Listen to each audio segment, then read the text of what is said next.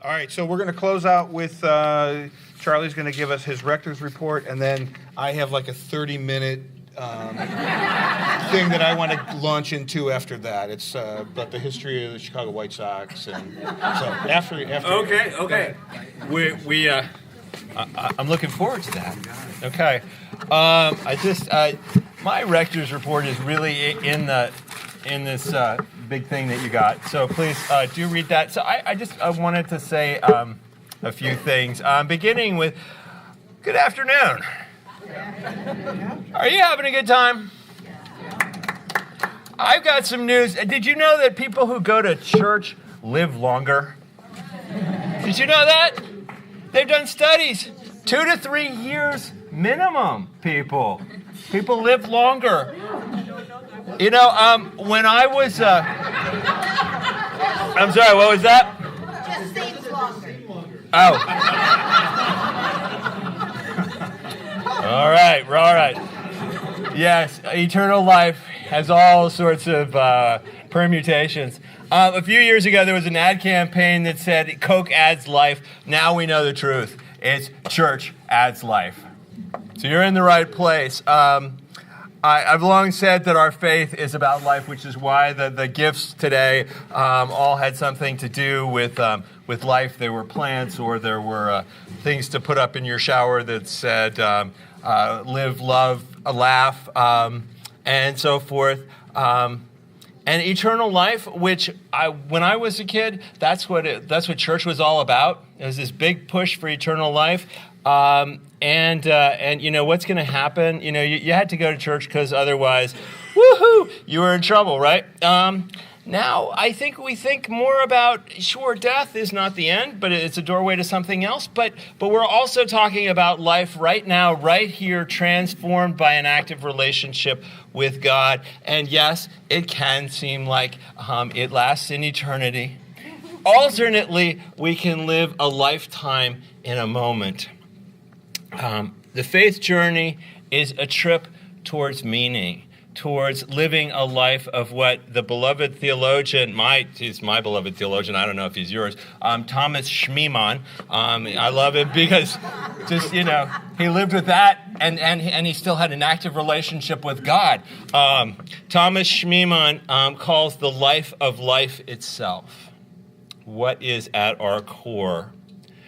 And at the same time, the faith journey, which we talk about and invite people to the Eucharist around every single Sunday, I think it's a journey toward true freedom, which finds its paradoxical expression in service to God.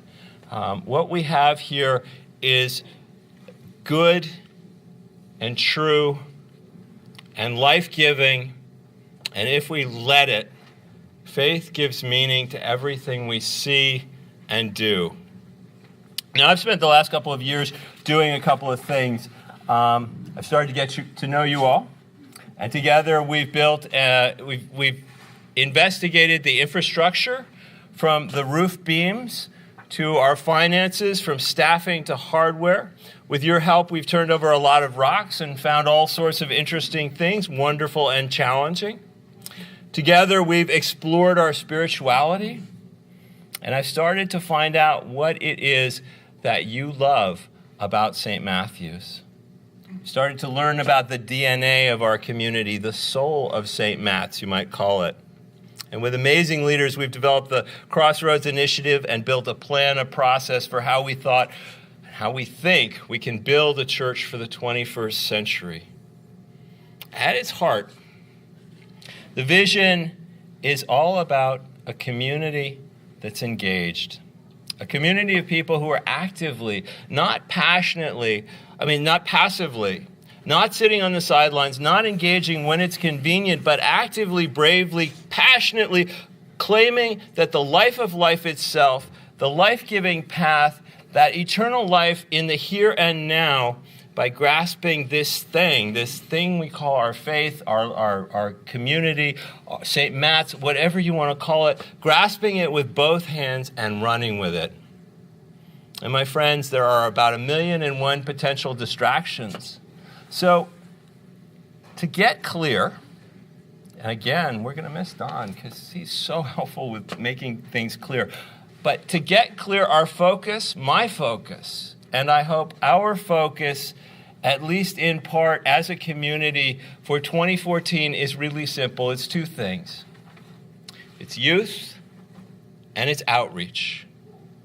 How are we inviting the next generations of Christians to live into the life-changing, wonder-flowing, meaning-making, relationship-centered, love-showing, paradoxical, strength and weakness, character-producing, justice-flowing heart of hope? And how are we being Christ's hands in the world so desperate, in need of acts of kindness, mercy, and love? How are we responding to the hurts and hopes of the community outside our doors? These are the questions that I invite you to wrestle with me and the wardens and the staff and the vestry and with our Julian, Andrew, Wheatley, and most of all with one another in this year. We began this conversation when I came, and you've been having it for a lot longer. We've begun to come up with some fascinating, real, and gutsy answers. My friends, we're not done, and maybe we'll never be, but we're trying things. And we're going to keep trying things.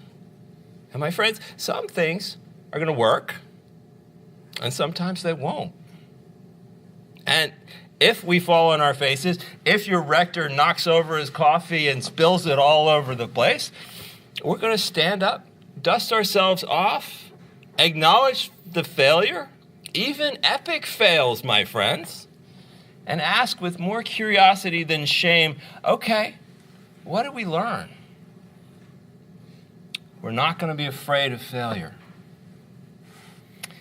In the words of the prophet Peter Tosh, we're going to walk and don't look back.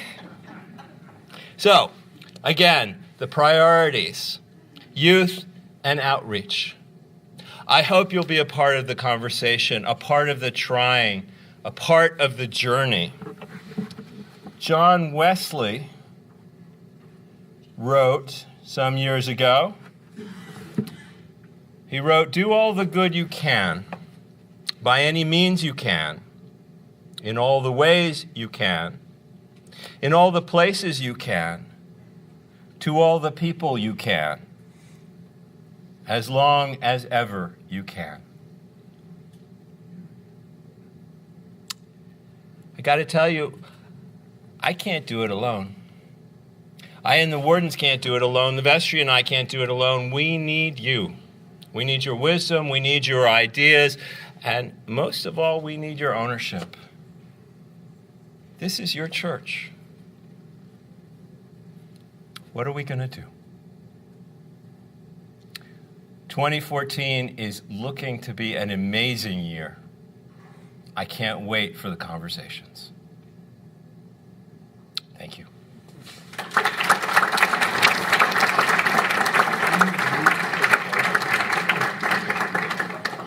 All right, so his name was Joseph Jefferson Jackson, and he played without shoes.